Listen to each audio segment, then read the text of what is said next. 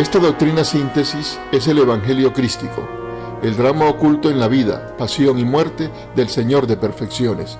Ese drama no es algo meramente histórico, sino un tema de palpitante actualidad, algo que debe ser vivido en el fondo mismo de nuestra conciencia.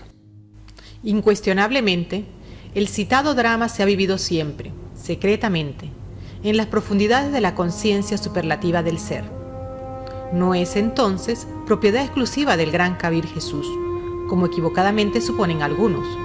Los iniciados de todas las edades, los maestros o hierofantes de todos los siglos, han tenido que vivir el drama cósmico dentro de sí mismos, aquí y ahora.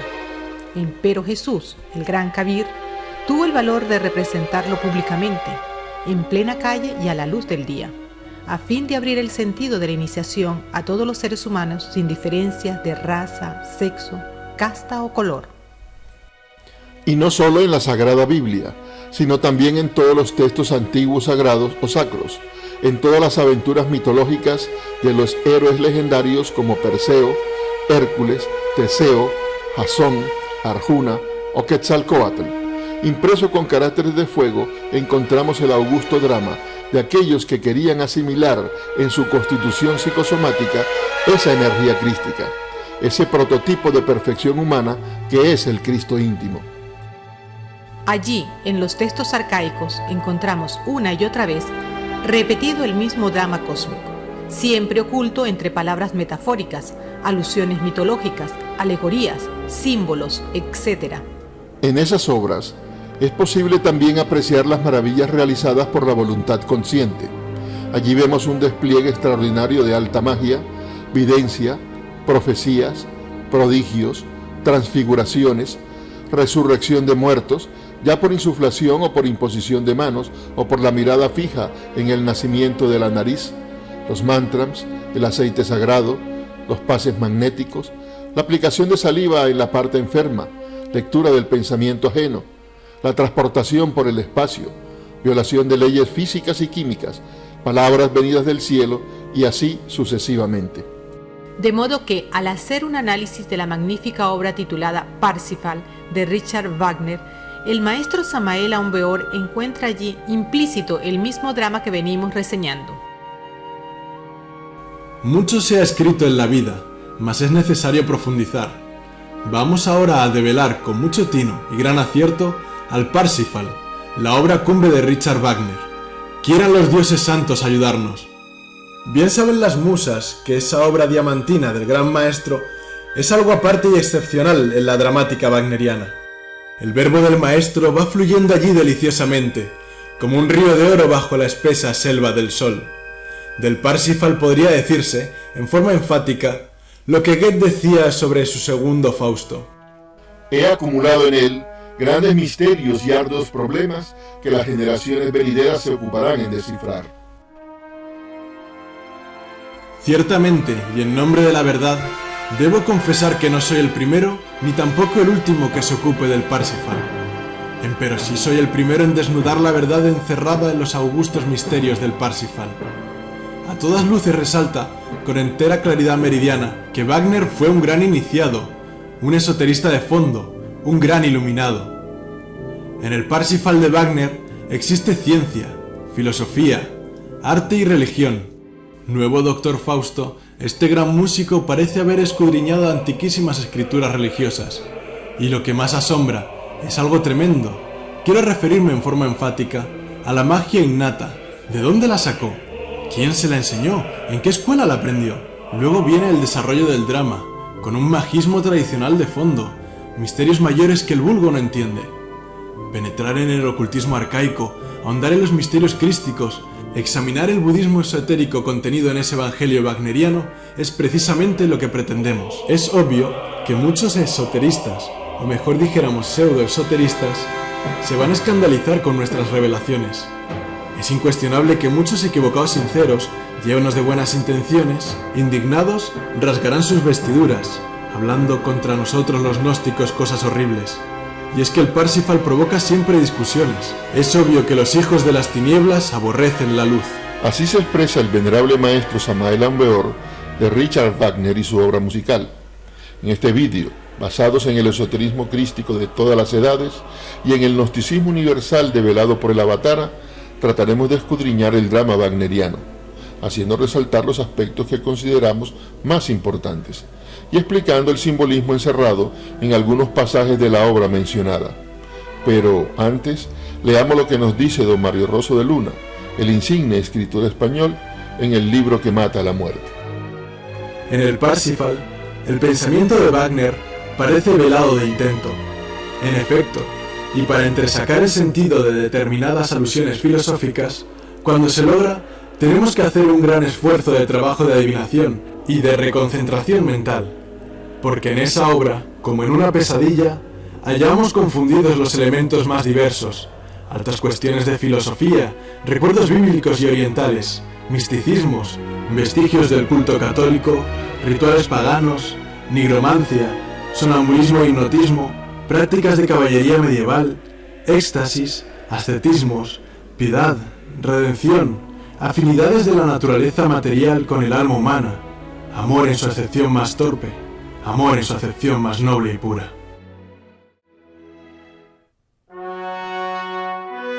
Por su parte, Rogelio Villar dice: La partitura del Parsifal asombra en general por la grandeza y majestad, y por la inspiración y belleza de su traza, por la pureza de sus líneas y por el colorido y matiz de su sabia y artística instrumentación, dulce y suave, grandiosa y solemne. Marca el término de la evolución iniciada en Tannhäuser y Lohengrin, en cuyas inspiradas obras se encuentran bosquejadas sus teorías sobre el drama lírico, llegando a sus últimos extremos en la bella obra del Parsifal. Hay en la partitura del Parsifal fragmentos sinfónicos de una importante belleza, sonoridades deliciosas, empastadas y fundidas en un arte tan nuevo, tan adecuado al medio que se desarrolla la acción, al carácter del paisaje, imágenes poético-musicales tan expresivas y verdaderos aciertos de interpretación de la leyenda del Grial que subyugan. Todos los comentaristas y críticos de Wagner coinciden en señalar la grandeza de su obra y el genio de su inspiración, aun cuando en su tiempo pasó él por muchos problemas antes de que se pudiera aceptar su obra, ya que resultaba demasiado revolucionaria para la estrecha manera de pensar de su época. Wagner nació el 22 de mayo de 1813 en Leipzig y muere el 13 de febrero de 1883 en Viena. Era de familia modesta y no hubo músicos en sus antepasados, aunque dos de sus hermanos se dedicaron al teatro, lo que quizás despertó en el joven Wagner su afición por la escena. Su espíritu revolucionario lo lleva por intrincados caminos, por muchos puestos y lugares, escribiendo y componiendo, tratando de verter todo su ideal, todo su misterioso y magnífico conocimiento de la naturaleza, del hombre y de Dios. Él mismo expresaba esa inquietud de la siguiente manera: El hombre, a quien un hada no dotó en la cuna del espíritu de disconformidad con todo lo existente, no llegará jamás a descubrir el mundo. Asimismo, el ideal de su corazón lo plasmó con estas hermosas palabras: Creo en Dios, en Mozart y Beethoven, así como en sus discípulos y apóstoles. Creo en el Espíritu Santo y en la verdad del arte uno e indivisible. Creo que dicho arte procede de Dios y vive en el corazón de todos los hombres iluminados desde allá arriba. Creo que quien ha gustado una vez de los sublimes goces de ese arte, le será adicto siempre y no renegará de él. Creo que los fieles discípulos de ese arte serán glorificados en una esencia celestial, radiante del fulgor de todos los soles, en medio de los perfumes y acordes más perfectos, y se reunirán para la eternidad en la fuente de toda armonía. Frente a este magistral pensamiento de Wagner, nos atrevemos a afirmar que no se estaba refiriendo únicamente al drama lírico, base fundamental de su obra musical, sino más bien, y de manera velada, al arte regio de los alquimistas medievales y de todos los hierofantes de la antigüedad.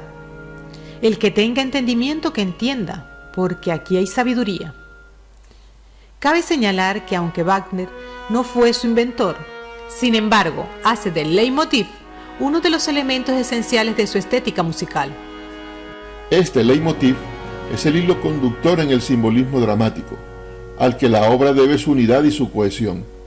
Los personajes, los sentimientos, los objetos simbólicos y con alguna frecuencia hasta las abstracciones son subrayados por arpegios que se repiten y que aparecen en los sonidos, la orquesta o en la voz, cada vez que intervienen esos personajes, sentimientos, objetos o abstracciones. El foso orquestal se convierte entonces en una especie de lago tranquilo, en el que se refleja enseguida todo cuanto se representa en el escenario. En su carrera musical, Wagner va logrando triunfos con su obra Rienzi y otras, y se va al mismo tiempo gestando todo ese bagaje de conocimientos que vierte por último en el Parsifal. Tanto es así que cuando descubre las viejas crónicas germanas sobre las leyendas de Venusberg, de Lohengrin y el poema del torneo de Wartburgo, exclamó: Un mundo nuevo se abrió ante mí. Es tan extraordinaria esta ópera, Parsifal, que hasta un acontecimiento que rodeó al estreno de la misma nos invita a reflexionar. Recordemos que Parsifal fue representada en los mejores teatros de Europa. Fue estrenada el 1 de enero de 1914, o sea, simultáneamente con el estallido de la Primera Guerra Mundial. Tan solo por esto, en todo el mundo culto será memorable tal ópera. Refiriéndose al acontecimiento, el venerable maestro Samael Aun Weor indica: 1914, misterioso connubio, Parsifal y la Primera Guerra Mundial. Es indubitable que el evangelio wagneriano resuena en todos los campos de batalla. Es catastrófico, terrible, resplandece glorioso entre la tempestad de todos los exclusivismos. Pero, ¿por qué si Wagner había terminado su poema y partitura el 13 de enero de 1882, solo vino a ser conocido mundialmente en la terrible y memorable fecha del 1 de enero de 1914?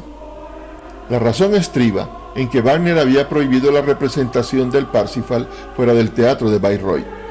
De no haber sido así, es claro que el mundo habría conocido la obra mucho antes.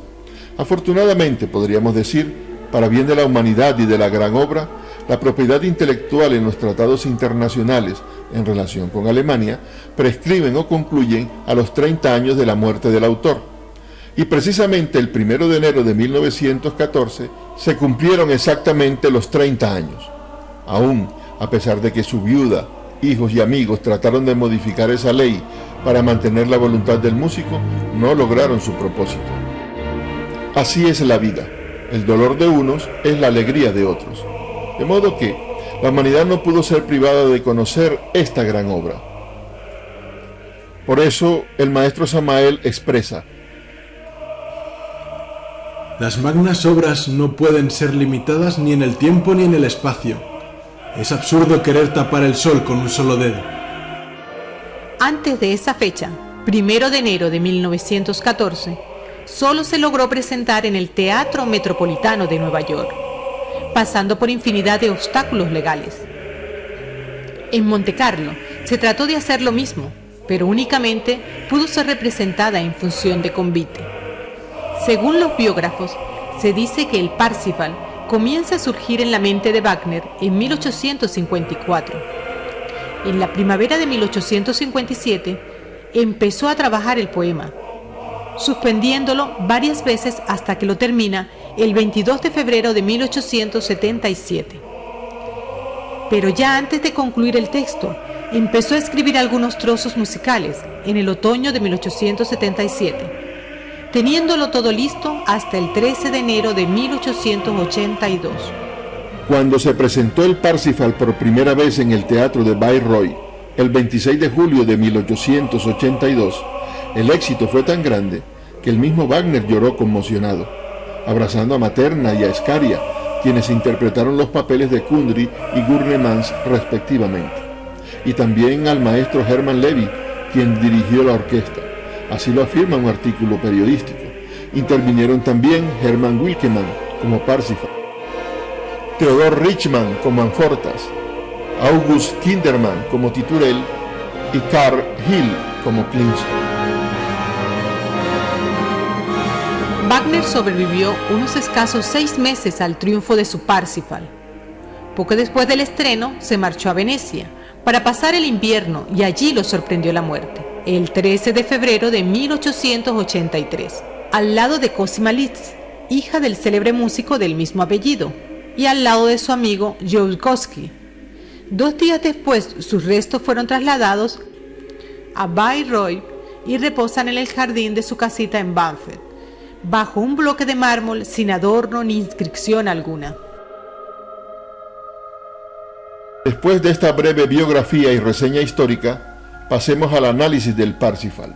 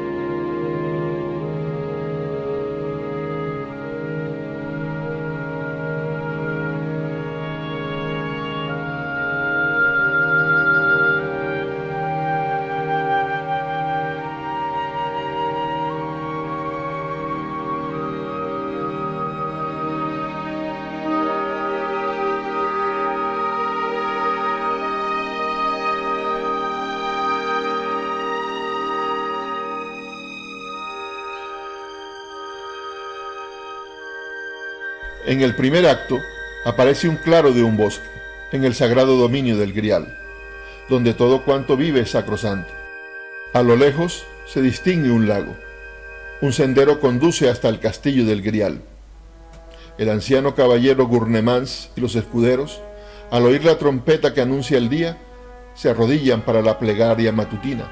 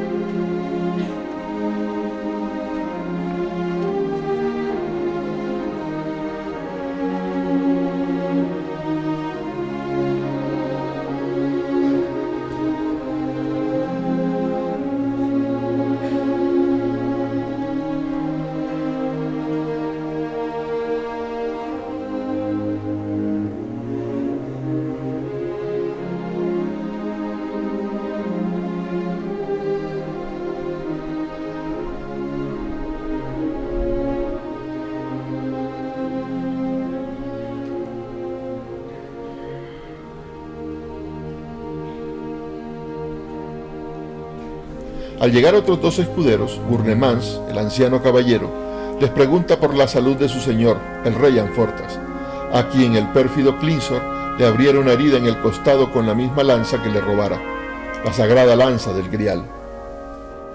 Gurnemans suspira con tristeza diciendo a los escuderos: Tontos de nosotros de esperar alivio, donde solo cura la salvación. De nada valdrá recorrer el mundo buscando hierbas y pócimas, nada podrá calmarle. Diciendo luego para sí mismo: Creo que solo hay un remedio, y es el único. Y dado que uno de los escuderos le pregunta cuál es el remedio, porque ha escuchado sus palabras, él, como eludiendo la respuesta, les anima al ir al encuentro de Anfortas para acompañarle al baño en el lago. También aparece Kundry, la salvaje y enigmática criatura que le entrega a Gurnemans un bálsamo, y cuando él le pregunta de dónde lo trajo, ella responde: De más allá de donde puedas imaginar. Si el bálsamo no sirve, Arabia no esconde nada más para su salvación. Y cuando Gurnemans quiere seguir preguntando, ella le dice: No preguntes más, estoy cansada. Y rendida por el cansancio y por los terribles y espantosos remordimientos, se arroja en la perfumada tierra. La herida de Anfortas no se cierra y le produce dolores espantosos que solo se calman con el baño en las aguas del lago que se extendía cerca de las murallas del castillo del Grial, y por eso se acerca a las lacustres aguas. Lo traen en una litera. Ni siquiera se siente Anfortas aliviado con las hierbas que le trajera el caballero Gawain, quien ha salido en busca de otras. Gurnemans le da a Anfortas el frasco que trajo Kundry.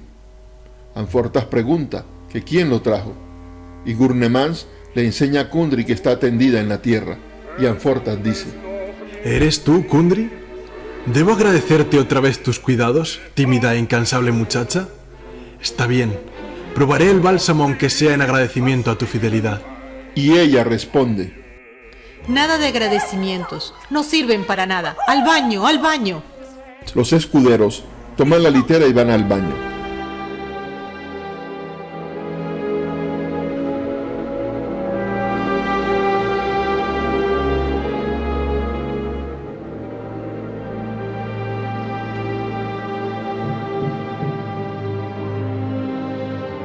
Los dos últimos escuderos que aparecieron en escena insultan a Kundry diciéndole que si ella es acaso sagrada. Se burlan de ella, afirmando que con su poción mágica terminará por perder del todo al maestro Anfortas. Pero Gurnemans los reprende. Defendiéndola les pregunta: ¿Es que os ha hecho daño alguna vez? ¿No es ella quien trae noticias de remotas tierras donde los nuestros combaten, de tierras tan distantes que hasta desconocemos dónde se hallan? ¿Es que no es ella la que con eterna fidelidad y constante fortuna nos trae toda suerte de mensajes? Nunca le habéis pedido pan, ni ella os lo ha pedido. Nada la liga a nosotros, Sin embargo, cuando estamos ante un peligro, va y viene anhelante, sin esperar jamás nuestro agradecimiento. Pienso que si su comportamiento es un agravio, nos proporciona no obstante grandes beneficios. Pero nos odia. Fíjate cómo nos mira, con ojos llenos de desprecio. Manifestó uno de los escuderos. Creo que es pagana, y acaso sea, además, está hechizada. Dijo el otro escudero. Gurnemans movió la cabeza. Sí, quizás esté hechizada. Ahora vive aquí, pero quién sabe si está reencarnada expiando crímenes cometidos en una vida anterior y que no se le perdonaron allí. Si hace penitencia con estos hechos que benefician a nuestros caballeros, obra rectamente, sirve, ayuda y se ayuda a sí misma. Un escudero le dice que si no será que esa misma culpa les trae tanto desamparo. Gurnemans le responde que no, porque incluso estando ella lejos sucedieron desgracias, y añade: Hace tiempo que la conozco, y Titurel ya la conocía antes de que yo llegase allí. Cuando estaba construyendo el castillo para albergar los tesoros divinos, la halló entre unos matorrales. Según me explicó, estaba dormida, pero rígida, exánime, como muerta. Yo mismo la encontré de igual forma, poco después del día desgraciado en que Klingsor se apoderó de la lanza sagrada con la que hirió a Amfortas. Y volviendo hacia Kundry, que seguía echada en el suelo, gritó: ¿Me oyes? ¿Dónde estabas tú cuando Amfortas perdió el arma sagrada? ¿Por qué no quisiste ayudarnos en aquellas circunstancias? Kundry permanecía callada y sombría, como si no hubiese oído la pregunta. De repente, se voltea y ante el rostro de Gurnemans exclama: Jamás os he ayudado. Al oír estas palabras de Kundry, uno de los escuderos en tono sarcástico dijo: Si es tan valiente y tan fiel, ¿por qué no la mandas a buscar la lanza perdida?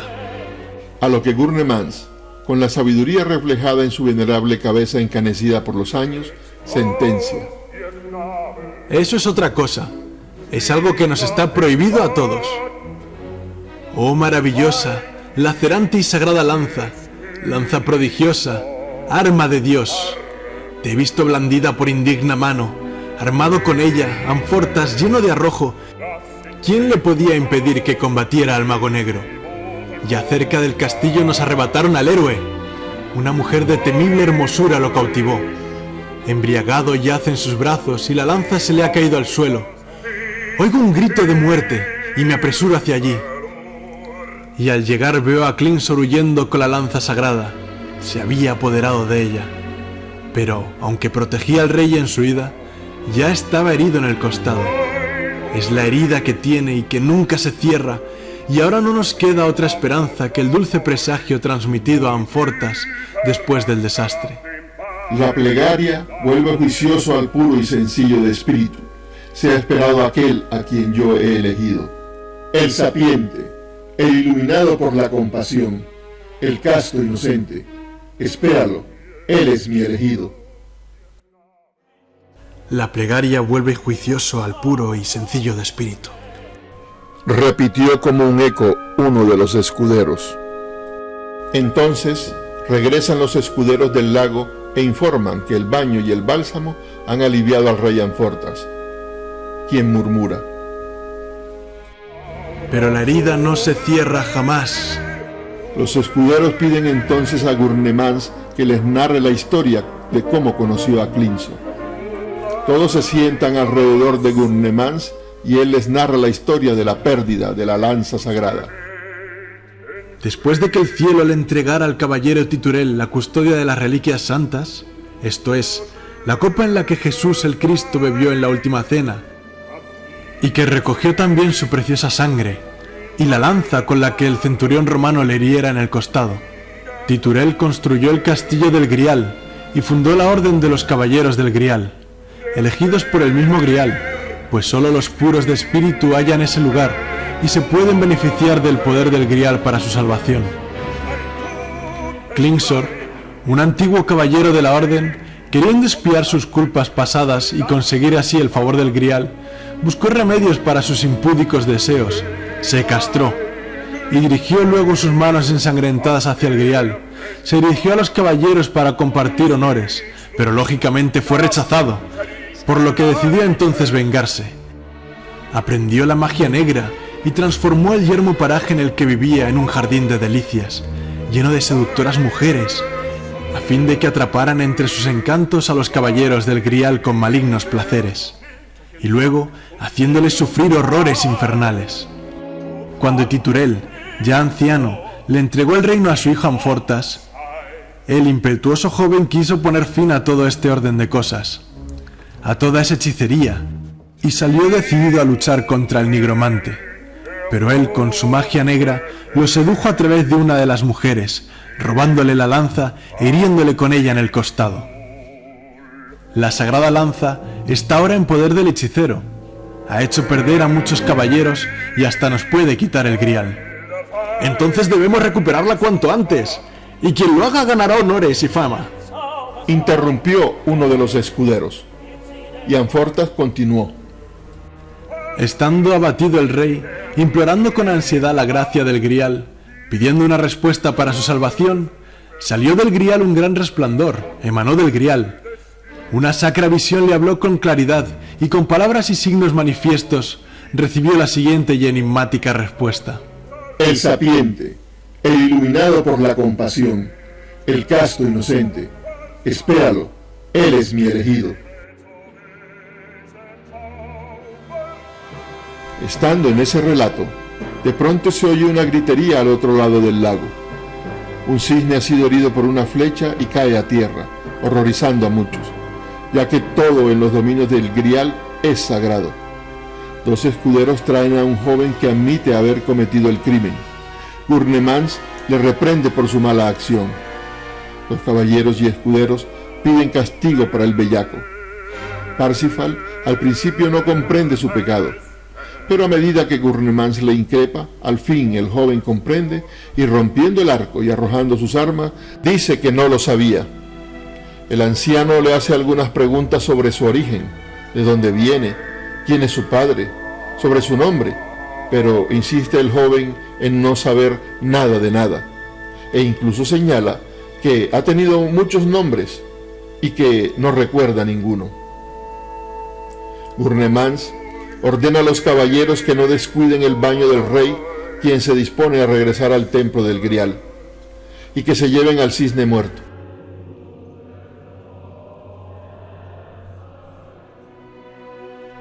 Los caballeros y escuderos salen a atender al rey, y al quedar solos, le dice a Parsifal que le responda algo a sus preguntas, porque algo habrá de saber. Parsifal responde afirmando que recuerda a su madre Herceleidi, que vivía en el bosque y que él mismo construyó el arco para alejar a las águilas. Gurnemans le dice que a pesar de todo parece noble y de alta cuna, y le pregunta que por qué su madre no le enseñó mejores armas. En esto interviene Kundry, diciendo el nombre del joven, el de su padre Gamuret, y que su madre lo parió huérfano porque su padre murió en combate, que lo apartó de las armas para evitar igual muerte. Parsifal afirma que vio a los caballeros relucientes y quiso parecerse a ellos, y ellos se rieron y se marcharon. Él los persiguió atravesando valles, bosques y montañas, días y noches, y debía defenderse con su arco de ladrones y bestias salvajes. Kundry confirma sus palabras como si ella misma lo hubiera vivido, alabándolo como un valeroso muchacho. Parsifal le pregunta que quiénes eran los que le temían. Ella afirma que los malos. Él le pregunta si hay alguien bueno. Gurnemans le pregunta por su madre, a la que abandonó para perseguir a los custodios del Grial, y le dice: estará lamentándose por ti. Kundry contesta: sus lamentos cesaron ya. Tu madre ha muerto. Y además afirma que ella pasaba por allí y la vio morir, y que sus últimas palabras fueron para él. Parsifal se violenta y la toma por el cuello, preguntándole que quién le ha dicho eso, pero Gurnemans lo detiene y le llama insensato y le pregunta: ¿otra vez la violencia? ¿Qué te ha hecho esta mujer? Ella tan solo ha dicho la verdad. Kundry nunca miente, pues ha visto mucho. Parsifal cae en shock y comienza a desmayarse. Gurnemans le asiste y entonces Kundry, para reanimarle, corre al manantial para buscar agua con que refrescarle. Por tal motivo, Gurnemans hace notar que tal es el designio del grial. Conjura el mal el que paga con bien, es decir, devolviendo bien por mal.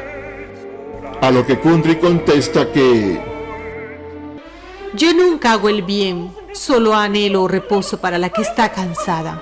Dormir, dormir, dormir. Que nadie me despierte. No, dormir no. No, el temor me invade. Resistencia vana. Ha llegado la hora. Dormir, dormir, debo dormir. se interna Kundry luego en el bosque y cayendo, aunque no quiere, en un profundo sueño.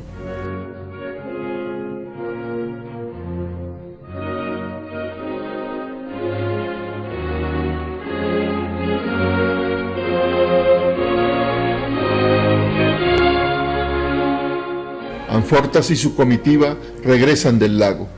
Se ve pasar la litera del rey rumbo al castillo de Monsalvat. El venerable anciano Gurnemans se une al cortejo y bondadosamente invita a Parsifal para que los acompañe en la celebración del Santo Ágape, la Santa Eucaristía, diciéndole que si es puro, el grial le alimentará, dándole de comer y de beber. Piensa Gurnemans que es necesario que el muchacho también reciba los beneficios del grial. Parsifal pregunta: ¿qué es el grial? Gurnemans sentencia: Eso no se dice, pero si has sido elegido para él, el saber mantendrás por siempre. Y mira, me parece que te ha reconocido. Ningún camino en esta tierra conduce hasta él, y ninguno podría andar por él, a no ser que él quisiera guiarlo. Contesta Parsifal: Apenas ando por él y ya me parece estar lejos. El anciano le dice: ¿Lo ves, hijo mío? El tiempo aquí se hace espacio. La escena va transformándose lentamente a medida que el viejo maestro y su joven discípulo avanzan.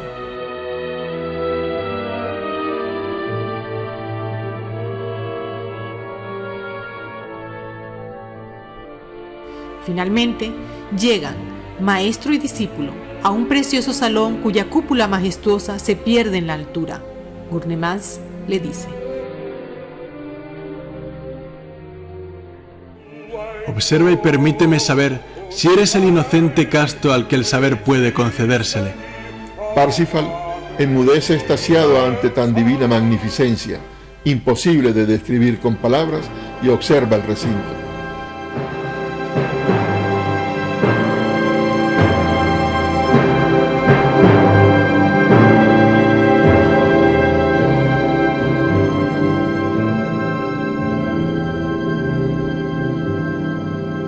En el fondo se abren dos anchas puertas llenas de gloria, por donde entran los caballeros cantando el himno del grial y se van acomodando ordenadamente alrededor del ara sacra.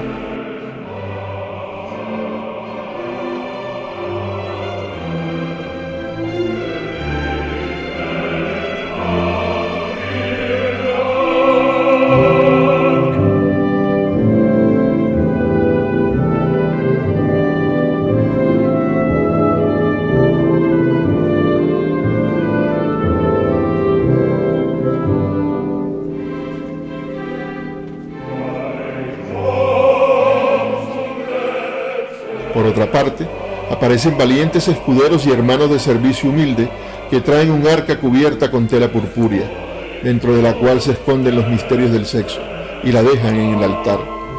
Otros entran trayendo al rey Anfortas en su sitial y le dejan frente al coro y el ara.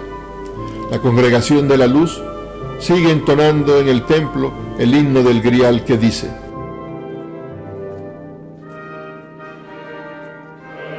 Día por día, dispuesto para la última cena del amor divino, el festín será renovado, cual si por última vez hubiese hoy de consolarle. Para quien se haya complacido en las buenas obras, acerquémonos al ágape para recibir los dones augustos. Así como entre dolores infinitos corrió un día la sangre que redimió al mundo, sea mi sangre derramada con corazón gozoso por la causa del héroe salvador. En nosotros vive, por su muerte, el cuervo que ofreció para nuestra salvación. Viva por siempre nuestra fe, pues que sobre nosotros se cierne la paloma, propicia mensajera del Redentor. comed del pan de la vida y bebed del vino que para nosotros manó. Gurnemans descubre el ara que contiene el grial y ordena a los pajes que vayan a buscar el pan y el vino.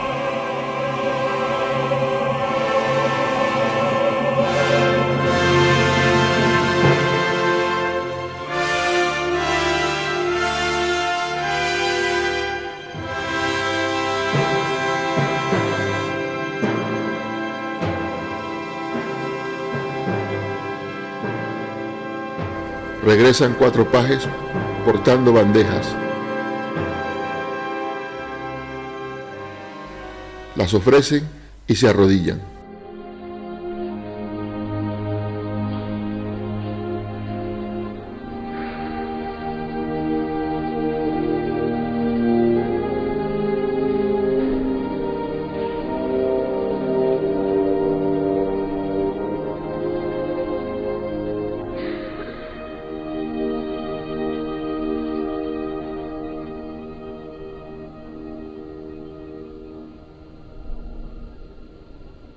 Se escucha la voz de Titurel, el padre de Anfortas, que como saliendo de una tumba, exhorta a su hijo para que descubra el grial. La luz de la Santa Copa conserva su vida.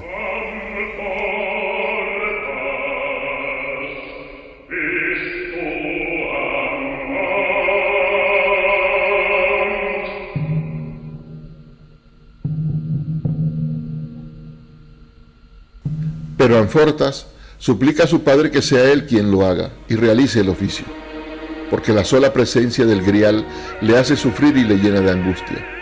Se lamenta de ser el único pecador entre todos y además cuidador de lo más sacro y tener que invocar la bendición del grial para los justos. Siente manar la misma sangre del Redentor en su costado, su sangre pecadora que emana por la herida de la misma lanza que hirió el costado del Señor. Pide piedad y ser curado para poder morir santo, sano y puro para el grial.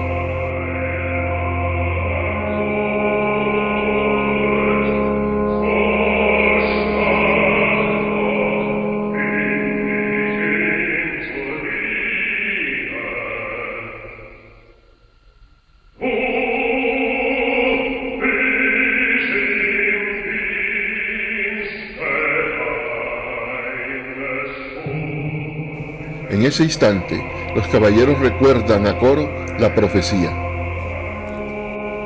Su piedad engendra sabiduría, el inocente puro, espera a quien yo he elegido. Los caballeros le piden que, como así lo prometió, aguarde confiado y que oficie ese día, que descubra el grial. Parsifal solo observa. Finalmente, Anfortas accede a realizar el oficio, y los pajes descubren el grial.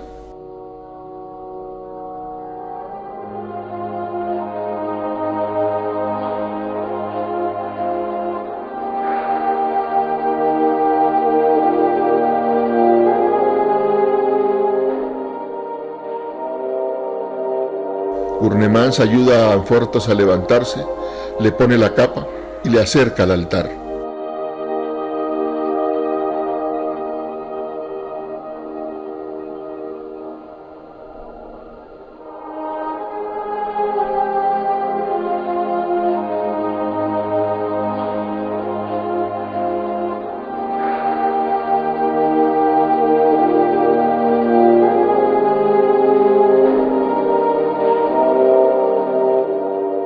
Resplandece maravillosamente el cáliz sagrado. Con gran esfuerzo Anfortas se arrodilla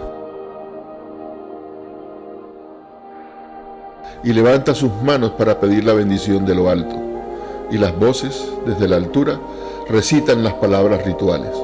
Tomad, este es mi cuerpo. Tomad, esta es mi sangre.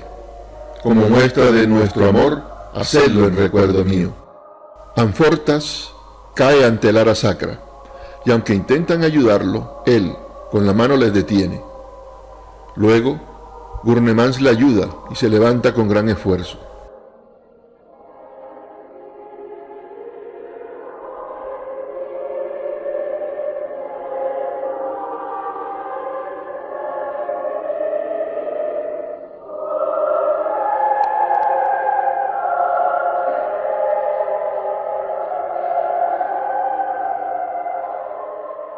se apresta para la bendición del alimento sacro.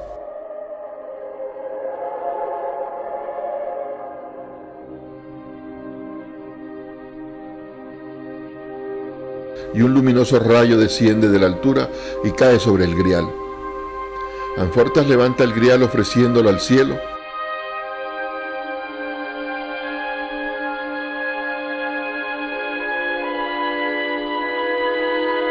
y mostrándolo a la asamblea.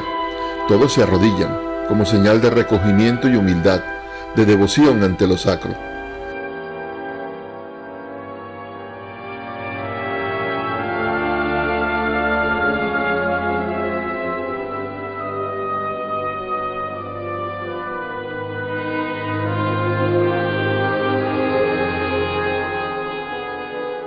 Y Anfortas clama: ¡Oh, sagrado deleite! ¿Cómo resplandece hoy el saludo del Señor?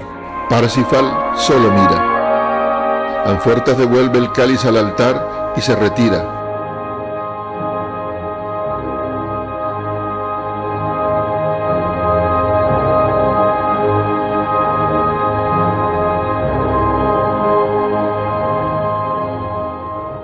Mientras que Gurnemans le ayuda a volver a su trono.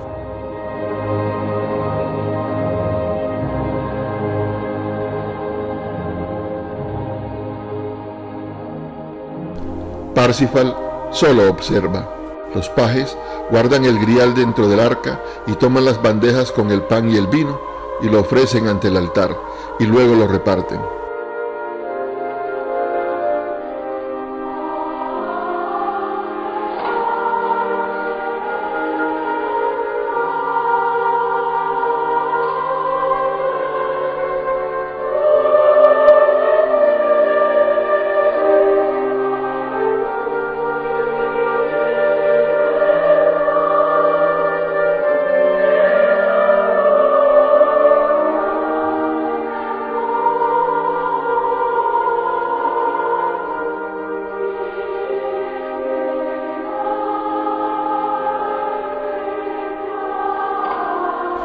Mientras tanto se oye el coro: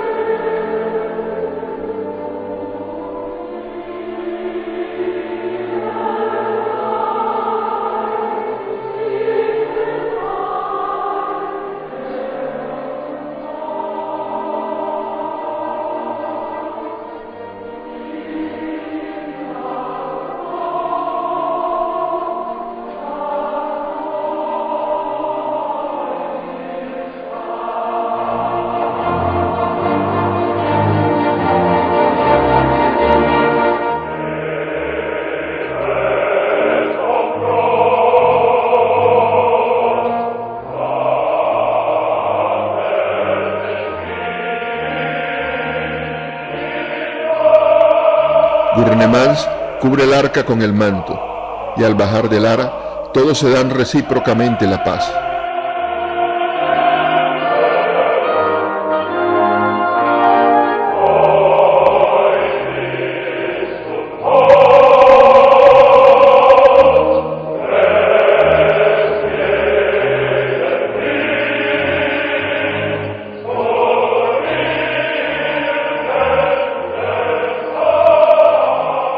Parsifal continúa observando.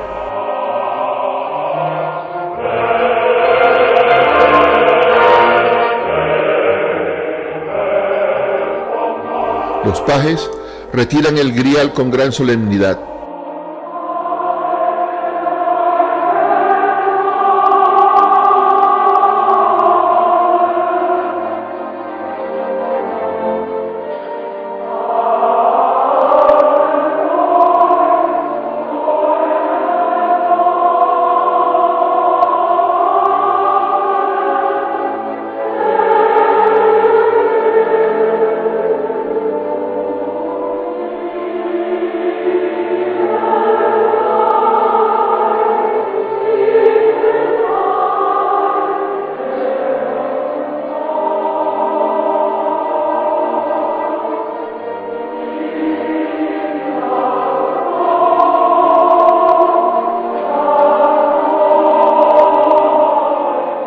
también retiran al rey Anfortas, quien ha vuelto a sentir los dolores de la herida. Todos salen.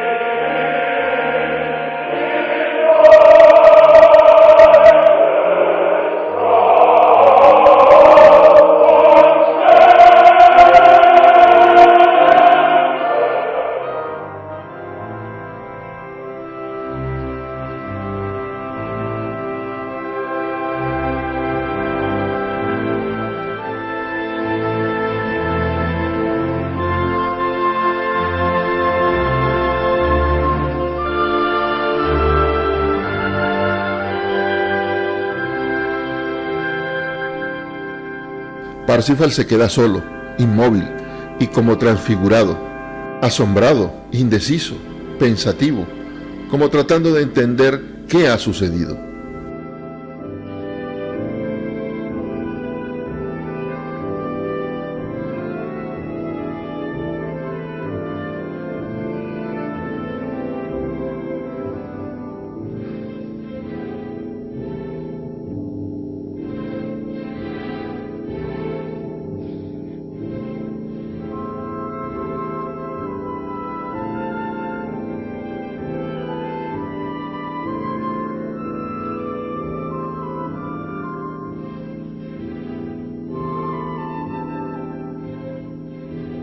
Gurnemann regresa y le pregunta que por qué todavía está allí, que si ha entendido todo lo que ha ocurrido. Parsifal no atina a responder. Por ello, creyéndolo solo un loco, le echa fuera de los dominios del Grial y le aconseja: Deja en paz a los cisnes y búscate, ganso, una gansa.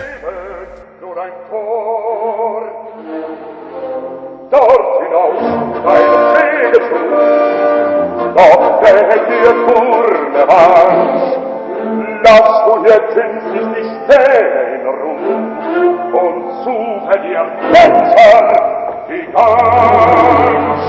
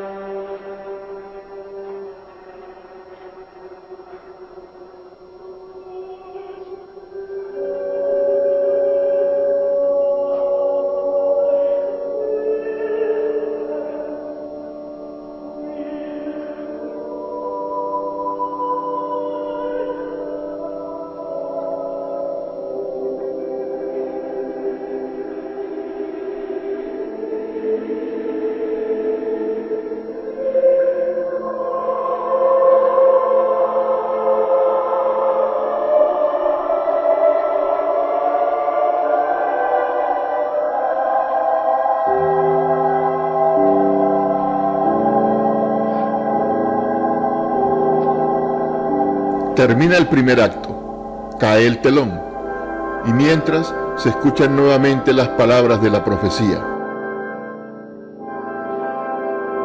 Su piedad engendra sabiduría, el inocente puro, espera a quien yo he elegido.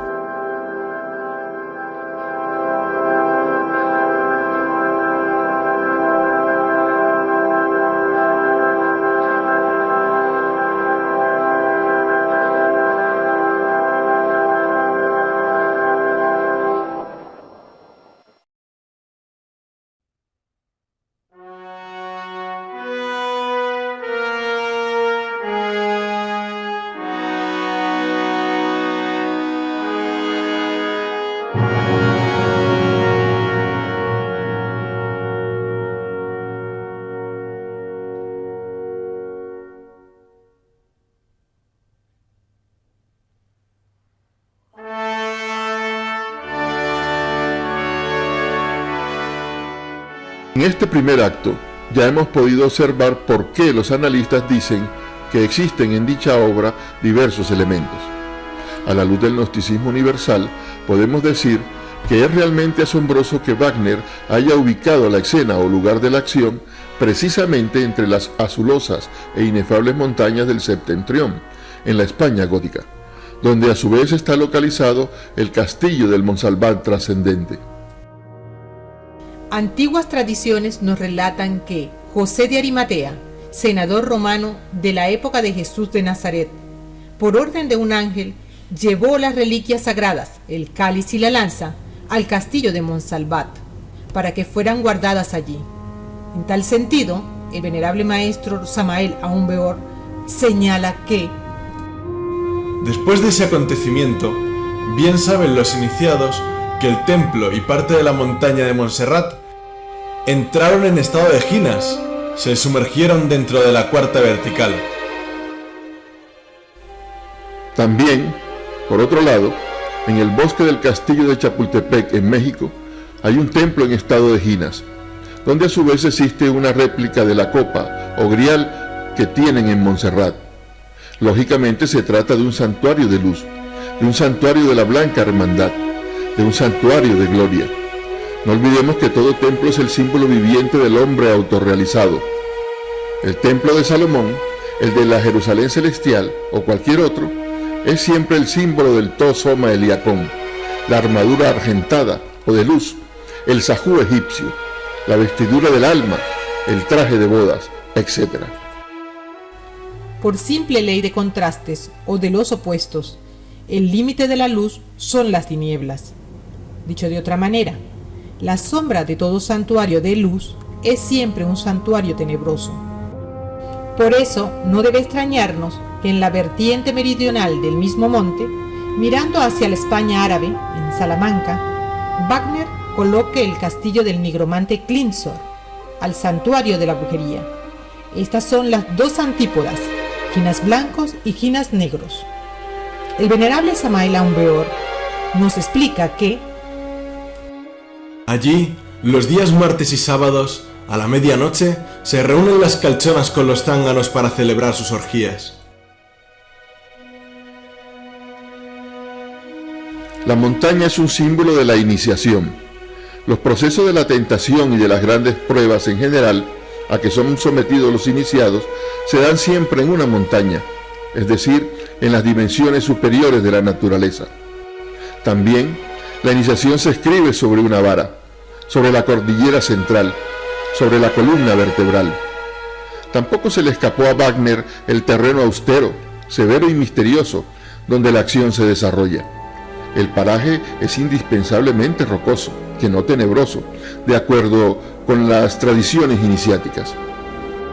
Con su doloroso y tortuoso camino que conduce hasta el castillo, en el que están las sagradas reliquias. y no puede ser de otra manera. El camino iniciático siempre es rocalloso, áspero, austero, terriblemente difícil. Jamás el gnosticismo ha especificado que el camino que conduce hacia la liberación final sea ancho, placentero y fácil.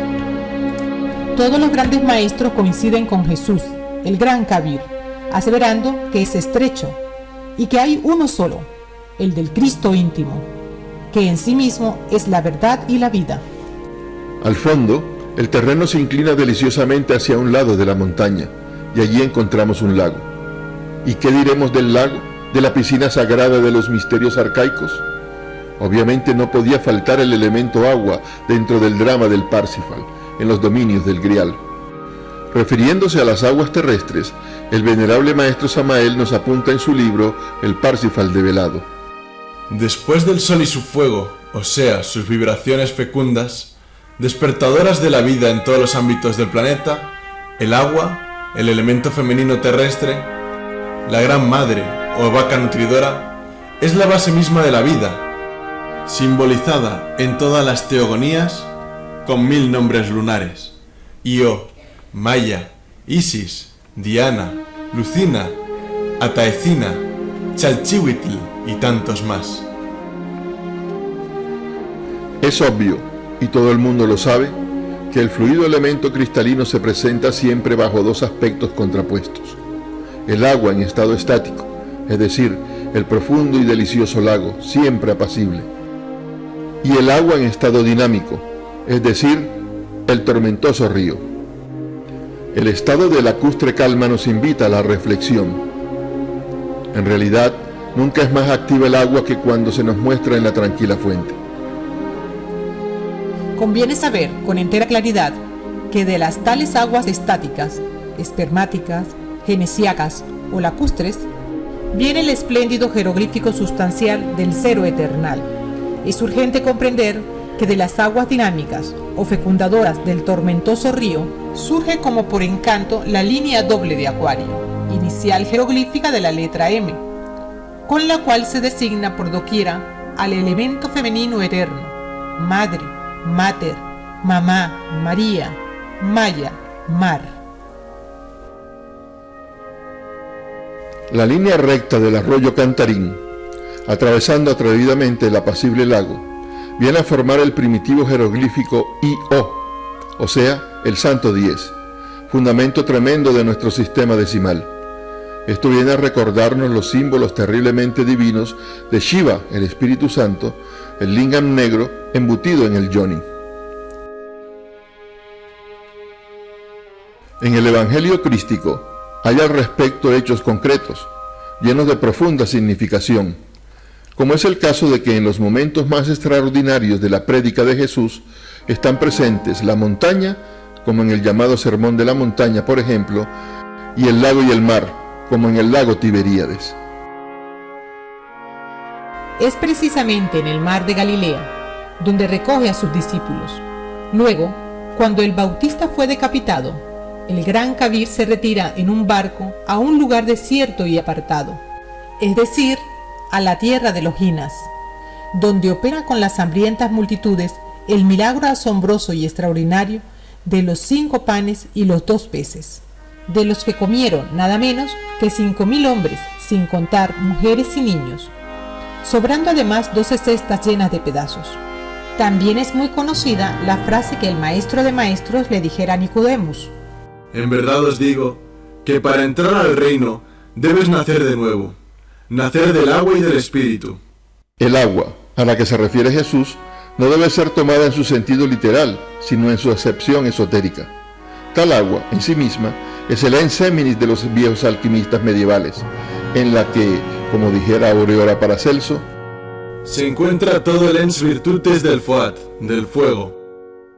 La piscina sagrada, el lago iniciático de los dominios del Grial, es fuera de toda duda el mercurio de la filosofía secreta, único capaz de aliviar los dolores de la herida del costado y ánforas.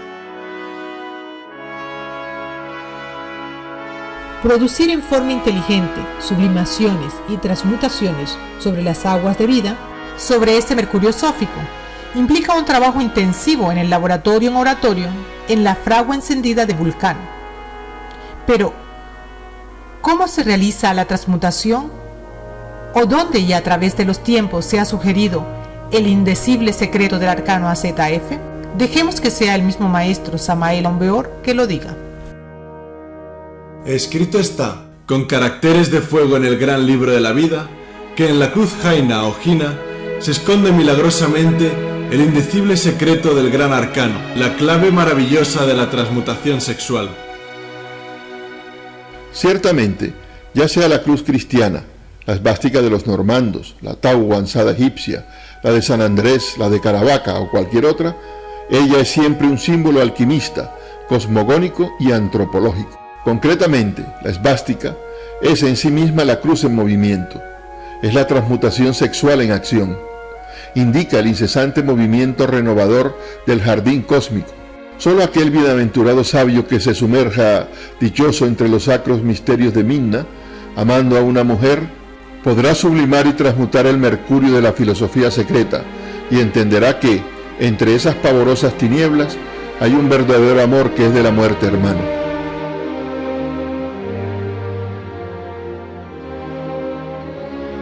La noche encantadora del amor puede, en su aspecto más bajo, simbolizar a la vulgar infraoscuridad del error, de la ignorancia y de la mala magia, y en su acepción más pura puede alegorizar a la superoscuridad del silencio y del secreto augusto de los sabios. No olvidemos que, Con palabras de diamante, en el libro de la vida escrito está que quien quiera subir debe primero bajar. Dicho de otro modo, de entre el fondo profundo de la laguna Estigia, de entre las terribles profundidades del Averno, surgen los dioses que se pierden luego en el espacio abstracto absoluto. La luz sale de las tinieblas y el cosmos brota del caos. Las núbiles doncellas y sabios varones del Amen Esmen, el paraíso egipcio, sufrieron demasiado en el Averno, viviendo a orillas de la laguna Estigia, tú lo sabes. Transmutar el agua en vino, tal como lo enseñó Jesús el Gran Kabir en las bodas de Chaná o Canaá, es más amargo que la hiel. Es cierto y de toda verdad que siendo Jesús quien era, no podía ir a dar más vino a los borrachos de esa boda, porque si se había acabado el vino era porque se lo habían bebido. Por tanto, no se trata esto de una transmutación de algo físico ni mundano, sino de algo trascendental, la transmutación de las aguas genesíacas en el vino de la luz. Dentro del inefable idilio místico, comúnmente llamado los encantos del Viernes Santo, sentimos en el fondo de nuestra alma que en nuestros órganos sexuales existe una fuerza terriblemente divina, que lo mismo puede esclavizar que liberar al hombre. Esa maravillosa energía contiene en sí misma el prototipo viviente del legítimo hombre solar. Ella, al cristalizar dentro de nosotros, nos convierte en algo distinto, nos transforma radicalmente. Desde luego, la transmutación del enseminis es un axioma de la sabiduría hermética. Por tan poderosas razones esotéricas, es obvio que no podía faltar en los dominios del Grial el lago sagrado de los grandes misterios.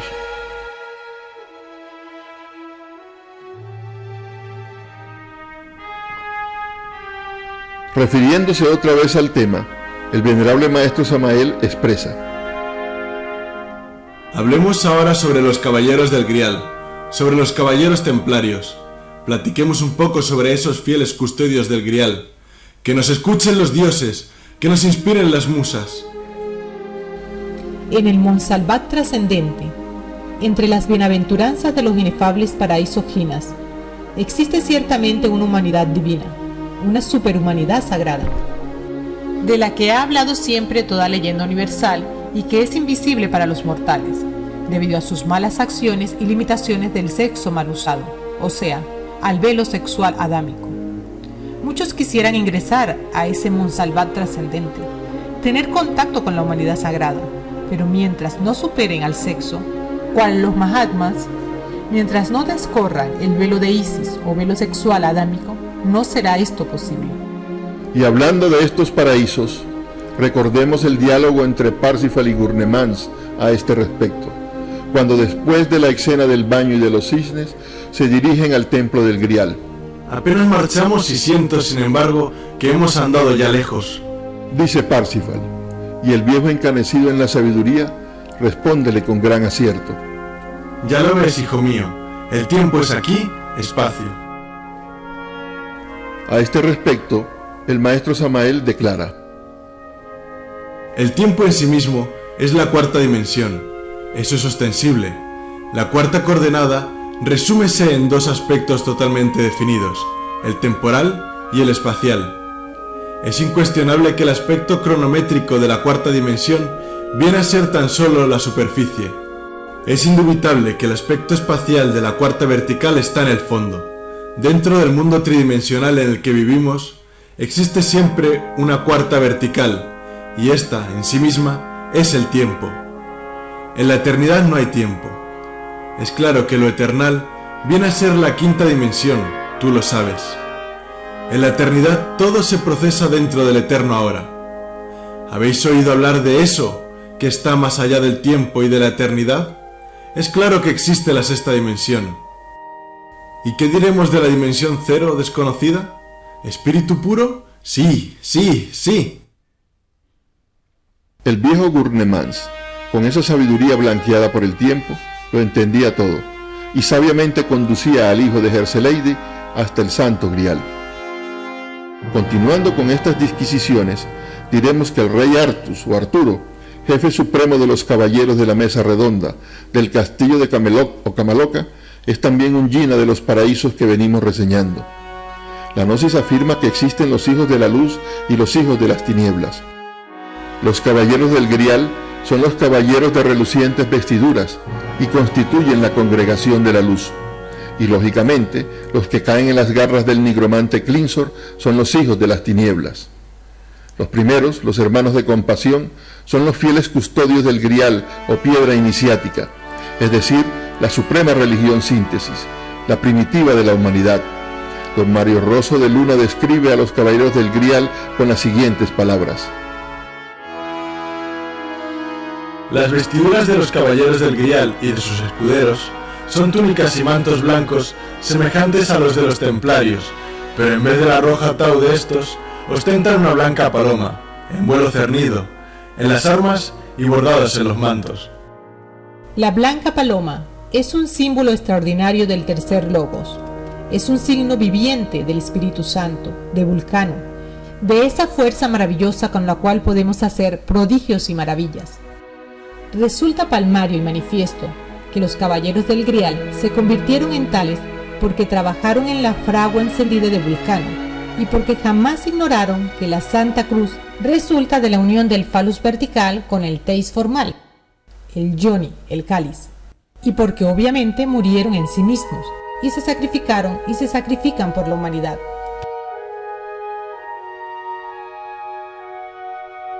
Sobre el Santo Grial, cáliz o copa, existen muchísimas leyendas, pero en el presente trabajo, como ya dijimos, nos remitiremos a lo que el venerable maestro Samael ha escrito en sus libros y ha hablado en sus conferencias. Hay muchas tradiciones que afirman que la copa la tuvo Abraham, que la tuvo Moisés, que la tuvo en el arca, etc. Afirman esas tradiciones que estaba hecha de un material muy singular, compacto, como una campana, y que francamente no tenía el aspecto de haber sido trabajada como los metales, sino que más bien parecía ser el producto de una especie de vegetal. El gran Kabir lo tuvo en la última cena, y en tal vaso bebió el vino de la Eucaristía. Ese cáliz lo andaban buscando las cruzadas eucarísticas en la Edad Media. Ese cáliz no es otra cosa que el Santo Grial. Pero ¿por qué Jesús el Cristo sufrió tanto ante la presencia del Santo Cáliz? ¿Por qué dice: Padre mío, pasa de mí este cáliz, mas no se haga mi voluntad sino la tuya? Estoy hablando de algo muy esotérico, muy profundo. Si ponen un poquito de atención hasta se liberan y se autorrealizan. Este cáliz es el vaso hermético, es la copa de Salomón, es la urna sagrada de los grandes misterios, es el Santo Yoni, es decir, el órgano creador del eterno femenino. Eso es obvio. Sin ese vaso sagrado no se puede llegar a la autorrealización íntima del ser. ¿Cómo llegó ese cáliz al templo de Montserrat? Se dice que el rey del mundo, Melquisedec, le entregó ese cáliz a Abraham, cuando éste venía de la guerra contra los reyes de Sodoma y Gomorra. Más tarde, se dice que lo tuvo la reina de Saba, quien se lo trajo a Salomón, no sin antes someterlo a tremendas pruebas antes de entregárselo y de hacerlo depositario de tan santa reliquia. Todas las pruebas las pasó, pero la última fue la definitiva. Reunió la reina de Saba a 25 jóvenes de ambos sexos y los vistió de igual manera. Él debía decir quiénes eran varones y quiénes mujeres. Entonces, Salomón, con su sabiduría, les hizo lavarse las manos y allí observó la forma como lo hacían y se dio cuenta y pudo definirlos. Luego dicen que la tuvo Jesús de Nazaret de la última cena, y cuando lo llevaron al Gólgota, José de Arimatea, el senador romano, se acercó al Calvario, al pie de la cruz, y recogió en esa copa las gotas purpurinas de la sangre que emanaba de las heridas del adorable, y llenó el vaso de sangre. Al negarse a entregarle a la policía la lanza de Longibus o Longinus y la copa, fue encarcelado, pero una vez libre en sueños, se le apareció un ángel que le dijo: Ese vaso contiene un poder magnético muy grande, pues en él está contenida la sangre del Redentor del mundo. Entiérralo allá. Entonces aquel anciano vio el templo de Montserrat y los llevó a ese lugar, cumpliendo su misión. Ya sabemos lo que ocurrió con el templo y parte de la montaña, que se sumergieron dentro de la cuarta vertical. Ya está dicho también que en la Edad Media buscaban esa copa, de cuyos afanes queda como recuerdo la copa que hoy se entrega a los campeones olímpicos.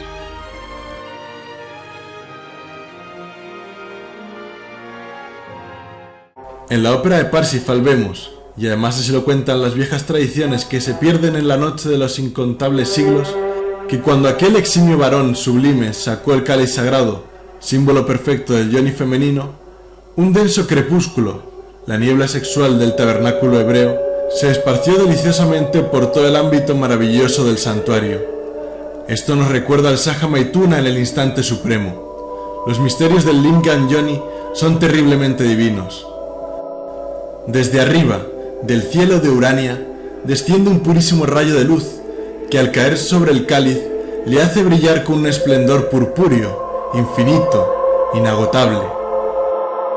Amfortas sabe usar la cruz fálica, y con el semblante transfigurado levanta el grial en alto y bendice el pan y el vino de la transustanciación. Los coros resuenan deliciosamente amando y adorando.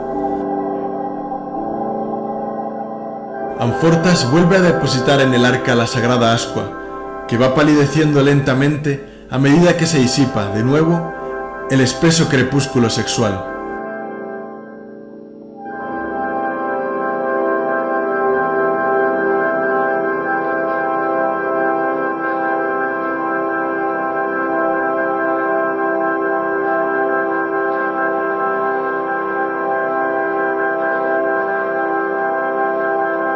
Este es el indecible secreto que nos revela Amfortas cuando uno de los pajes le pregunta sobre quién o qué es el grial. Así que ahora entenderemos mejor por qué no podía faltar en el drama wagneriano el cáliz bendito o grial, representación extraordinaria del yoni o de la fuerza sexual femenina, así como tampoco la lanza esotérica del grial, que al igual que la de los pactos mágicos ostentada por Botán o cualquier otra figura legendaria, en el fondo son, de hecho, lo mismo, símbolo o emblema de la fuerza sexual masculina, del falo. Recordemos que antiguamente los héroes eran premiados con una pequeña asta o lanza de hierro, a la que se le daba el nombre de asta pura. Solamente empuñando con vigor la lanza de Eros, la lanza esotérica o crística de los caballeros del Grial, es posible reducir a cenizas el castillo de Clinsor, del ego, contando también con la ayuda del Lucifer interior y de la divina madre Kundalini, al igual que lo hace Parsifal en el segundo acto. Un gran sabio dijo: hasta cierto punto, los troncos, tablas de la ley o decálogo no son sino la doble lanza de las runas, sobre cuyo significado fálico no nos detendremos. Escrito está que el doble uso de la lanza es algo tremendo. Indubitablemente ella es un instrumento de liberación o de condenación, de regeneración o de degeneración, según como se le utilice. De cuanto llevamos dicho, podemos inferir que en todo el drama de Parsifal existe sexualidad pura, falismo trascendente, erotismo. Y es que la verdadera religiosidad, también presente en el drama, tiene fundamentos sexuales y enseña que en el Lingam Yoni está la clave de todo poder. Si las gentes entendieran todo esto, si comprendieran el hondo significado del cáliz y la lanza. Analizando muy seriamente la brillante temática del Parsifal, con asombro místico, encontramos allí a los 3 grados esotéricos, a los aprendices, a los compañeros y a los maestros. Remitiéndonos únicamente al personaje central de la obra, vemos que el Parsifal, adolescente de la primera parte del drama, aún no sabe nada sobre la mansión de las delicias, creada por Clinsor, ni del rincón del amor, con sus mujeres flores, peligrosamente bellas, ni mucho menos sobre Kundry, a quien llamaban Herodías o Gundrigia, exquisitamente pecadora. ¿Por qué nada sabe aún? Porque es todavía el aprendiz. La dicha es muy grande para Parsifal cuando consigue en su doloroso camino a Gurnemans, quien evidentemente le sirve de guía o de gurú. En ese momento no es tomado como elegido y no llega a ser rey del Grial a causa de no haber preguntado el porqué de los dolores de Amfortas, motivo por el cual Gurnemans, considerándolo inconsciente y hasta despiadado frente al hecho, asume una actitud severa y le retira indignado del recinto. En tal sentido, el venerable maestro Samael explica: el lanú o discípulo debe preguntar si es que en realidad anhela con todas las fuerzas de su alma la autorrealización íntima del ser. Y esto se asocia con la frase bíblica: buscad y hallaréis, pedid y se os dará, golpead y se os abrirá. Cuando Gurnemán despide a Parsifal de los predios del Grial, le da un consejo: deja en paz a los cisnes, es decir, no mates al Espíritu Santo con la fornicación. Y, ganso, búscate una gansa, señalándole dónde está la clave de todo poder. Parsifal, el casto inocente, es ostensible que en un remoto pasado había también herido con su flecha al cisne de inmaculada blancura, al Hamsa milagroso. A las diversas preguntas que con tanto énfasis se le hacen, guarda silencio. Es obvio que lo ignora todo. Ha eliminado el yo.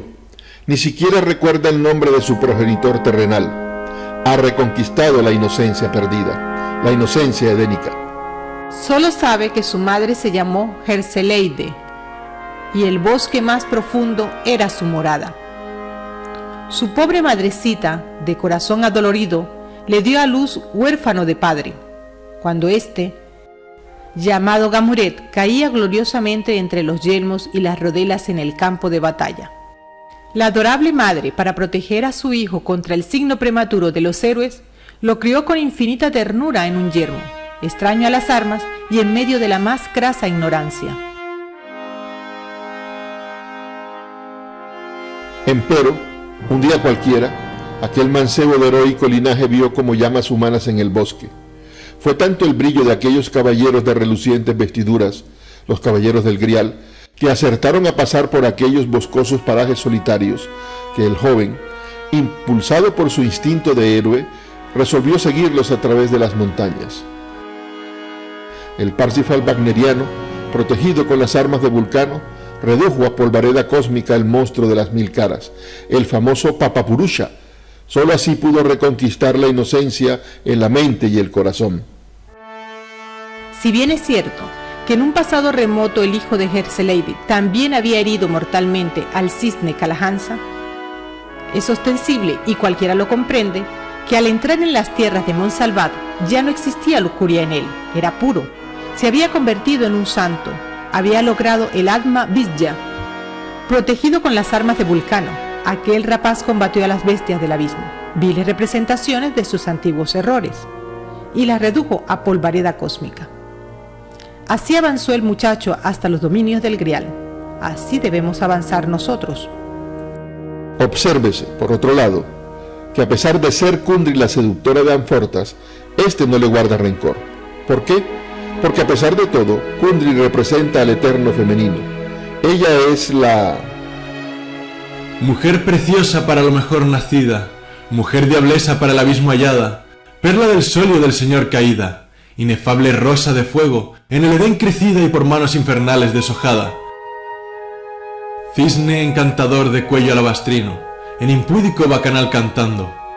Cuánto bien, cuánto mal has causado, oh Dios mío. El sufrido monarca, pues, no guarda resentimientos en su adolorido corazón. Antes bien, comprende plenamente sus propios errores, reconoce su culpabilidad y humildemente le da las gracias a su servidora, a Kundry. Ella anhela secundar los divinos ideales del Grial, pero siempre cae vencida, por eso duerme sin querer, por eso niega ayudar cuando en realidad sí ayuda en el momento preciso. Por eso Anfortas exclama: Mujer, ¿eres demonio acaso que vomitó el infierno para abrirme esta herida? ¿Eres tal vez un ángel que descendiera de Urania para velar por mi existencia infortunada? La amazona bravía, la mujer símbolo de la dramática wagneriana, prototipo magnífico de cuanto hay de más abyecto y a la par de más excelso en el mundo, es ciertamente formidable. Kundry, la Eva maravillosa de la mitología hebraica, víctima inconsciente del mago malo, frente al Parsifal wagneriano, exclama con dolor infinito: Yo nunca hago el bien, solo descanso quiero, solo el descanso para esta mísera extenuada. ¡Ah! Dormir, y ojalá no despertara nunca. En aquel preciso momento comienza a experimentar los fluidos de la sugestión a distancia del mago malo, e irguiéndose estremecida de espanto, exclama: No, dormir no, me causa horror todo esto. Da enseguida un grito sordo. Todo su cuerpo tiembla como una brizna de hierba agitada por la tempestad, hasta que, impotente contra el maléfico, deja caer inerte los brazos, inclina la cabeza y dando unos pasos vacilantes, cae hipnotizada entre la maleza gimiendo. Inútil resistencia, la hora ha llegado. Dormir, dormir, es preciso dormir. La mujer por antonomasia, la mujer símbolo, la diablesa originaria, el prototipo de la perdición y de la caída, a la que ni el propio Amfortas, el rey magnífico del Santo Grial, pudo entonces resistir. Duerme ahora bajo el poder hipnótico del mago malo. Mas qué hermosa te vemos, Kundry. Naciste como un milagro en el Edén de todas las maravillas. Eres el pensamiento más bello del Creador hecho carne, sangre y vida. Tu cuerpo delicioso parece haber sido amasado con las delicadas rosas de la orilla de la campiña. Las frondas taciturnas, plateadas por la luna pálida, han dado dulce sombra a tus pestañas. Tus párpados, de exótico encanto, fueron creados con hojas divinas de azahares. Esencia de nardos sublimes se esconden en tus entrañas. Tus fascinantes trenzas parecen más bien cascadas de noche, cayendo sobre tus núbiles hombros.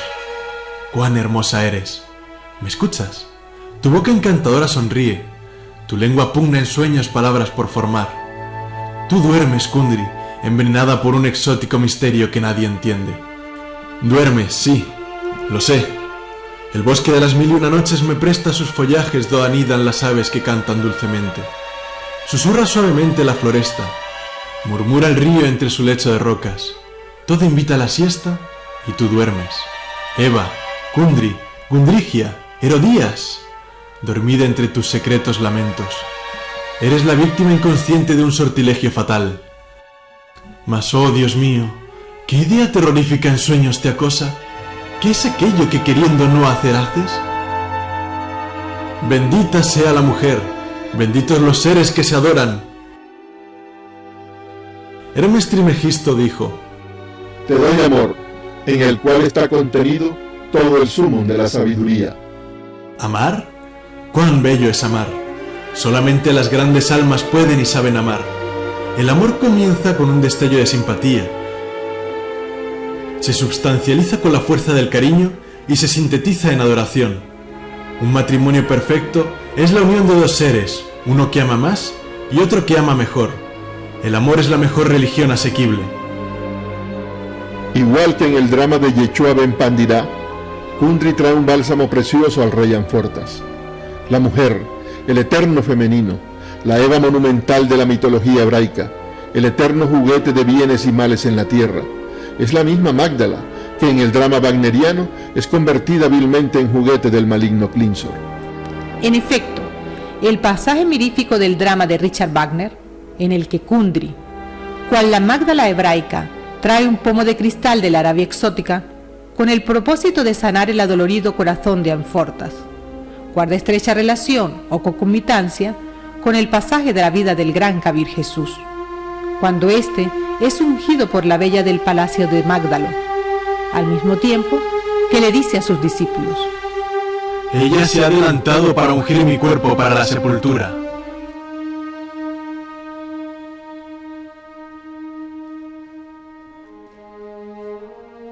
Véase que en el primer acto, Parsifal da muerte a un cisne, y de allí el alboroto o tumulto o desorden que se forma. Pero, ¿quién no ha dado muerte alguna vez al cisne, a la blanca paloma, al ave fénix, al hamsa milagroso? En este caso habría que decir con Jesús: El que esté libre de pecado, que lance la primera piedra. Quiero que entendáis la alegoría. Tanto el cisne como la paloma, el ibis y el ave fénix simbolizan la fuerza sexual del tercer logos que resplandece sobre las aguas de la vida. Ciertamente, es que el Espíritu Santo es el mismo Mercurio de la filosofía secreta que puede elevarnos a las alturas iniciáticas del ser. Es la maravillosa y divina fuerza del amor. Absurda cosa sería renunciar a los misterios del sexo. Absurda cosa sería pronunciarnos, por ejemplo, contra la sexo yoga, con su famoso Saja Maituna, etc. Porque en la era del Aquarius, los misterios del sexo deberán ser revelados, puesto que Urano, el primer gran revelador sexual, el señor de la Gran Atlántida, rige en estos instantes a la citada constelación. No sería posible considerarnos verdaderos revolucionarios del Aquarius si cometiéramos el error de repudiar la sexo yoga, o si desafortunadamente continuásemos por el camino de la fornicación animal. Se hace necesario comprender, mis caros hermanos, que todos nosotros somos hijos de un hombre y de una mujer. Si buscamos el origen de nuestra existencia, si tratamos de conocer las raíces de nuestra vida, venimos a descubrir, en el fondo, a un hombre, a una mujer, una cópula. Es pues el sexo el origen de la vida. Nosotros no somos hijos de ninguna teoría, nosotros no somos hijos de ninguna biblioteca, nosotros no somos hijos de tal o cual institución. Realmente, nosotros somos hijos del sexo. Obviamente, esa energía que nos puso sobre el tapete de la existencia es la única que puede transformarnos radicalmente. Es claro que si esa energía fue capaz de darnos la vida, de crearnos, incuestionablemente también puede transformarnos y llevarnos a la autorrealización íntima del ser. No fueron las teorías las que nos crearon, no fueron las hipótesis, no fueron los conceptos, no fueron los razonamientos, sino el sexo. De allí venimos, de la cópula. Allí está la raíz misma de nuestra vida. Lo interesante es, pues, conocer esos misterios del sexo, aprender a manejar esa sutil energía que nos dio la vida, y recrearnos, es decir, regenerarnos con ella, y mediante ella transformarnos realmente. Eso es lo vital, lo cardinal, lo definitivo. Si nosotros repudiáramos a los misterios del sexo, repudiaríamos de hecho al Espíritu Santo, al tercer logos. Si nosotros dijéramos el sexo es animal, brutal, materialista, etcétera, etcétera, etcétera, blasfemaríamos contra el Espíritu Santo. Recordemos que la energía sexual es la viva expresión del tercer logos, que crea y siempre vuelve a crear. En vez de escupir nuestra baba difamatoria en el Sanctum Sanctorum de los misterios sexuales, conviene que los estudiemos profundamente, sinceramente. Es necesario aprender a mirar al sexo con profunda veneración. Desafortunadamente, las gentes tienen una mente morbosa y siempre ven al sexo con ojos de demonio. No son capaces de percibir en él la santidad del tercer logos.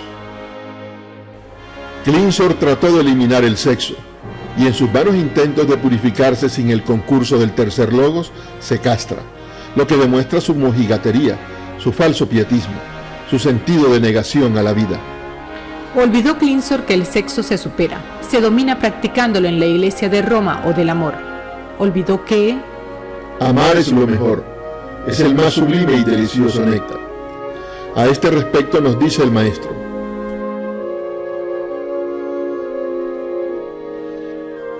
¿cuál es la honda significación de este tremendo misterio? Su profunda significación mágica y sublime. ¿Quién podría desentrañarla y revelarla? Nadie sino él, el elegido, podrá descifrar el misterio de la piedra y de Suit. En tratándose de estos sacros portentos que asombran al místico, no resulta en verdad incongruente aquello de que la sobredicha piedra se transforme en cráter, vaso hermético o cáliz de esplendores infinitos.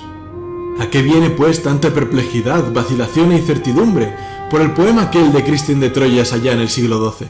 Si el Santo Grial es una piedra preciosa traída a la tierra por los ángeles o devas inefables y puesta bajo la celosa custodia de una fraternidad secreta, eso no es óbice para que tal gema celeste asuma la espléndida forma del vaso de Hermes. Henos aquí ya, pues, con la piedra cúbica de Yesod, situada por los cabalistas hebreos en nuestros mismos órganos sexuales. Esta es la piedra bendita que el patriarca Jacob, vivísima reencarnación del ángel Israel, ungiera antaño con aceite sagrado, pétera iniciática de los colegios esotéricos, piedra filosofal de los viejos alquimistas medievales. Piedra de tropiezo y roca de escándalo, como trono dijera el hierofante Pedro o Patar.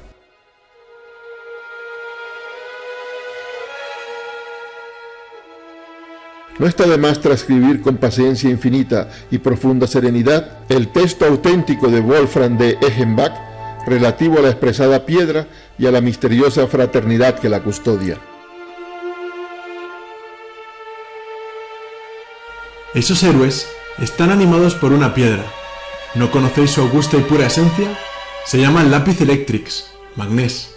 Por ella puede realizarse toda maravilla, magia. Ella, cual el fénix que se precipita en las llamas, renace de sus propias cenizas, pues que en las mismas llamas remoza su plumaje y brilla rejuvenecida más bella que antes. Su poder es tal que cualquier hombre, por infeliz que su estado fuera, si contempla esa piedra, en vez de morir como los demás, ya no conoce la edad, ni por su color, ni por su rostro, y sea hombre o mujer, gozará de la dicha inefable de contemplar la piedra por más de 200 años. Jesús, el gran Kabir, dijo: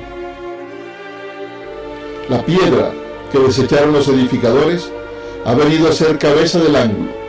El Señor ha hecho esto, y es cosa maravillosa a nuestros ojos.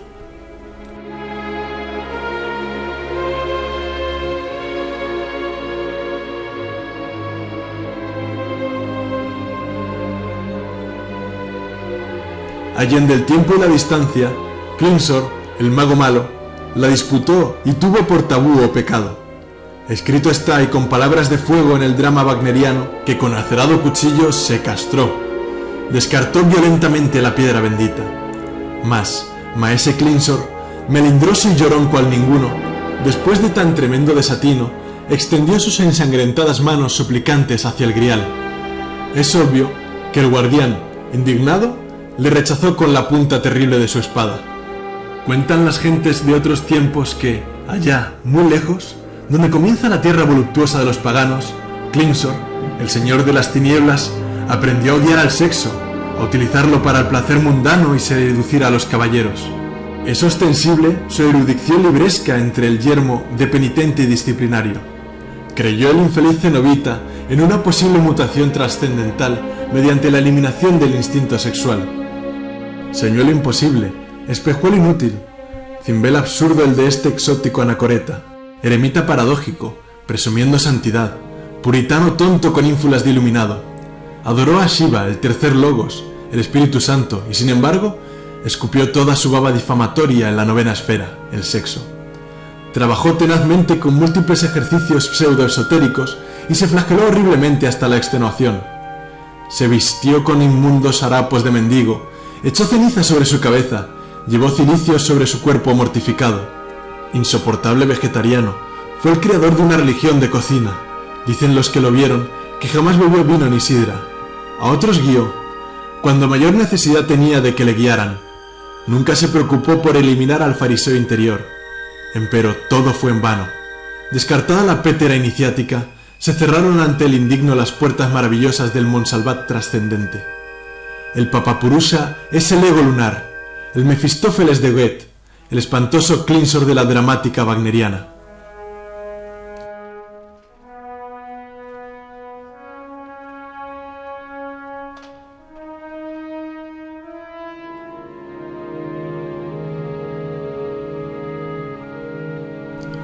Hablemos ahora un poco sobre el rey Amfortas, sucesor del viejo Titurel, quien burló con tanto acierto las astucias del demonio y que representa el remordimiento. Dice la leyenda de los siglos, y esto lo saben nuestros abuelos, que el buen rey tuvo que sufrir lo indecible, y, válgame Dios, todo por ellas, o por ella, la diableza originaria, el prototipo de la perdición y de la caída, a la que ni el propio Amfortas, señor del Grial, pudo resistir. Y dicen las gentes que andan por ahí que el buen señor también cayó en brazos de una rubia borrascosa a la que llamaban Herodías, Kundry, Kundrigia y no sé qué más. El soberano quiso ponerle un límite a los encantamientos mágicos de Klingsor, el mago malo, y ya veis lo que sucedió. El maligno, que por cierto no ha sido jamás una mansa oveja, supo sacar buen partido de tan maravillosa oportunidad y acercándose muy quedito hasta la lujuriosa pareja que se revolcaba en su lecho de placeres, arrebató la lanza sagrada y con ella hirió espantosamente el costado de Amfortas. Luego se alejó riendo. El rey, en su retirada, fue escoltado por el anciano Gurnemanz, mas ardía una llaga en su costado. Es la herida del remordimiento que jamás querrá sanar. Ah, si Amfortas, el rey del Grial, eximio sucesor del viejo Titurel, hubiese aprovechado el instante regio el momento terrible de la pasión sexual, si en esos momentos de suprema voluptuosidad hubiese empuñado su lanza sagrada con firmeza, el mago malo no habría podido arrebatarle la santa asta. Empero, aquel notable señor, a pesar de conocer el secreto de los Elohim, el misterio del fuego creador, cayó rendido en brazos de Kundry, Herodías. Contrito y arrepentido, sufre lo indecible, y ante el ara sacra, ante la copa bendita, con profundo remordimiento exclama: No, dejadlo sin descubrir. Oh, ¿sería posible que nadie sea capaz de apreciar esta tortura que sufro al contemplar lo que a vosotros embelesa? ¿Qué significa mi herida? ¿Qué el rigor de mis dolores ante la angustia, el suplicio infernal de verme condenado a esta misión atroz? Cruel herencia que se me encomienda, único delincuente entre todos, guardián de la santa reliquia. Necesito implorar la bendición para las almas puras. Oh, castigo sin igual, castigo que me envía el Todopoderoso a quien ofendí terriblemente. Por él, por el Señor, por sus bendiciones y mercedes he de suspirar con ansia vehemente. Solo por la penitencia, solo por la más honda contrición del alma, he de llegar hasta él. La caída de Amfortas nos trae, obviamente, al mito por excelencia de todas las antiguas teogonías, al de la rebeldía celeste o de los ángeles caídos, esos titanes que se atreven a luchar hasta con los dioses santos, inefables, terriblemente divinos, convertidos en hombres, deidades reencarnándose en cuerpos humanos. Vana cosa es confundir una caída con una bajada. Estos deidusos no bajaron, cayeron, y eso es diferente. Por eso, y con justa razón, las teogonías nos pintan como castigados a esos logoi divinos. El mito universal los considera por eso como fracasados, castigados y caídos, al verse obligados a vivir con sus legiones tenebrosas en esa región inferior, infierno que se llama al interior de nuestro organismo planetario Tierra. Escrito está, y con caracteres espantosos en el libro de la ley, que un tercio de la hueste de los llamados Dianis o Arupa fue sencillamente condenado por la ley del karma o némesis a renacer incesantemente en nuestro afligido mundo. Hombres ejemplares, dioses con cuerpos humanos en la tierra de Mu, revolcándose abyectos en el lecho de Procusto. La hueste luciférica crística, que encarnó en la Lemuria arcaica, inducida por aquel némesis o karma superior, que controla a los inefables y que es conocido como ley de la catancia, cometió el error de caer en la generación animal. Nefasta fue para la humana especie la caída sexual de los divinos titanes, que no supieron usar el don de Prometeo y rodaron al abismo. Nuestros salvadores, los Agnishivata, los titanes superiores del fuego luciférico, no pueden jamás ser engañados. Ellos, los brillantes hijos de la aurora, saben muy bien distinguir lo que es una caída de lo que es una bajada. Algunos equivocados sinceros se empeñan ahora en justificar la caída angélica. Lucifer es, metafóricamente, la antorcha conductora que ayuda al hombre a encontrar su ruta a través de los arrecifes y bancos de arena de la vida. Lucifer es el Logos en su aspecto más elevado y el adversario en su aspecto inferior, reflejándose ambos en y dentro de cada uno de nosotros.